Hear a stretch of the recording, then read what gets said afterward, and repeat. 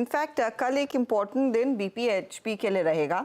Bonus issue पर विचार होगा। एमजीएल आईजीएल के नंबर्स के बाद क्या परफॉर्मेंस दिखाएगा और एस्कॉर्ट्स क्या कर सकता है, ये सभी रेडार पर रहेगा। सुमित हमारे साथ है। सुमित बताइए। तो मैं शुरुआत करूंगा बीपीसीएल के नंबर साथ। एचपीसीएल तो नहीं है, लेकिन हाँ बीपीसीएल कुछ लोग कवर करते हैं और बीपीसीएल के केस में नंबर्स आपको दो अलग अलग हिस्सों में दिखेंगे। अलग अलग ब्रोकरेज के व्यूज़ अलग अलग तरह के रहते हैं इनके नंबर्स को लेकर। तो पहले कुछ अनुमान बिक्री के लिहाज से 1,20,254 करोड़ रुपए के आसपास की बिक्री, 2% बढ़ने का अनुमान है।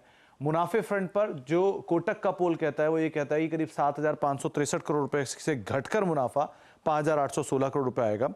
और मोतीलाल ओसवाल ये मानता है कि 7,563 करोड़ से घटकर मुनाफा 6,360 करोड़ रुपए आएगा। तो 400-450 करोड़ रुपए के आसपास का वेरिएशन यहाँ पर आने की बातचीत है मुनाफे के फ्रंट पर। रेवेन्यू फ्रंट पर जो एक अनुमान है वो आपके सामने है कि किस तरह से एक आंकड़ा रह सकता है। इसके अलावा एक क्यू ऑन क्यू बेसिस पे मुनाफे के अंदर करीब 53% के आसपास ही गिरावट की बातचीत की जा रही है। सीक्वेंशली रिफाइनिंग मार्जिन थोड़े से बेटर रहेंगे, डीजल मार्केटिंग मार्जिन थोड़े से बेटर रहेंगे, लेकिन इन्वेंट्री लॉस का जो नंबर है वो बहुत कुछ बदलाव करेगा, तो इस लिहाज से आप इसके ऊपर नजर रखेंगे।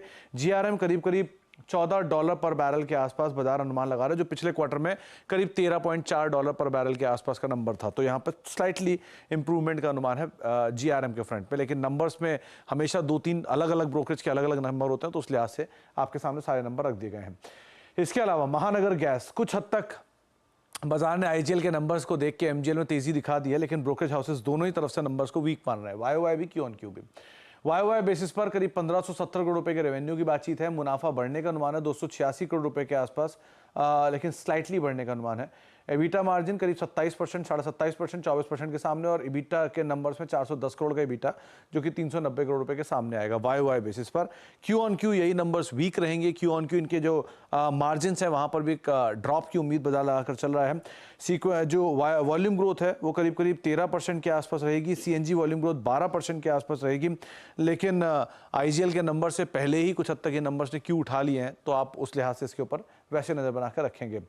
तीसरा नंबर है एस्कॉर्ट्स का, और ये एस्कॉर्ट्स भी क्योंकि नंबर से पहले एक अच्छी चाल में रहा है आज सुबह, सो अब नंबर्स की अगर बात करें तो एक स्ट्रॉन्ग नंबर की बातचीत है वाईओवाई क्यू ऑन क्यू दोनों ही लिहाज से। रेवेन्यूज करीब 4,073 करोड़ रुपए इस तिमाही में, 15% की बढ़त की बात। मुनाफा 276 करोड़ रुपए जो कि 207 करोड़ रुपए से बढ़कर आएगा। मार्जिन 10% के सामने 12% और इबिटा 33% के आसपास बढ़ने का अनुमान, 487 करोड़ रुपए का इबिटा रहेगा।